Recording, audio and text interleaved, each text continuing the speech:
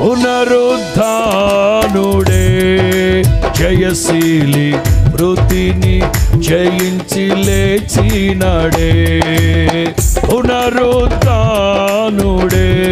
జయశీలి మృతిని జయించి లేచినాడే.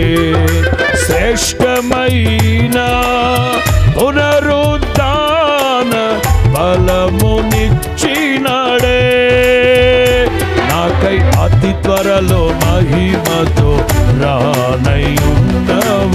అందరూ శ్రేష్టమైన పునరుద్ధాన బలమునిచ్చినాడే.